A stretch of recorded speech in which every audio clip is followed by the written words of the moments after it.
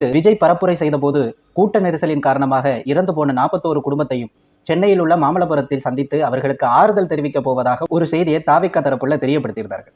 அதன் அடிப்படையிலே கரூரில் விஜயின் பரப்புரை கூட்டத்தில் உயிரிழந்தவர்களின் குடும்பத்தினர் விஜயின் சந்திப்புக்காக 5 தனியார் பேருந்துகளில் சென்னை புறப்பட்டனர். நேற்று ஞாயிற்றுக்கிழமையே கிட்டத்தட்ட 28 குடும்பத்தை வந்துட்டு ஆமணி பேருந்து மூலமாக சென்னைக்கு அழைத்து வரப்பட்டிருக்கிறார்கள்.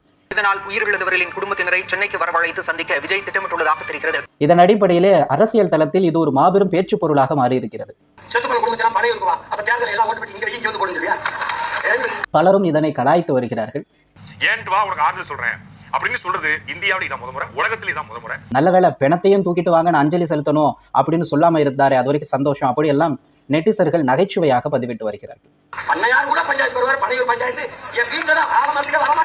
விஜயின் பக்கம் இந்த விஷயத்துல நியாயம் இருக்கா இல்லையா? இதை இன்னைக்கு நம்ம பார்த்தரலாம். வாங்க, நம்ம சேனலை சப்ஸ்கிரைப் பண்ணாம பார்த்துட்டு இருக்கீங்கன்னா தயவு செஞ்சு சப்ஸ்கிரைப் பண்ணிடுங்க. இப்போ நம்ம வீடியோக்குள்ள போகலாம். கரூர் கூட்ட நெரிசல் என்பது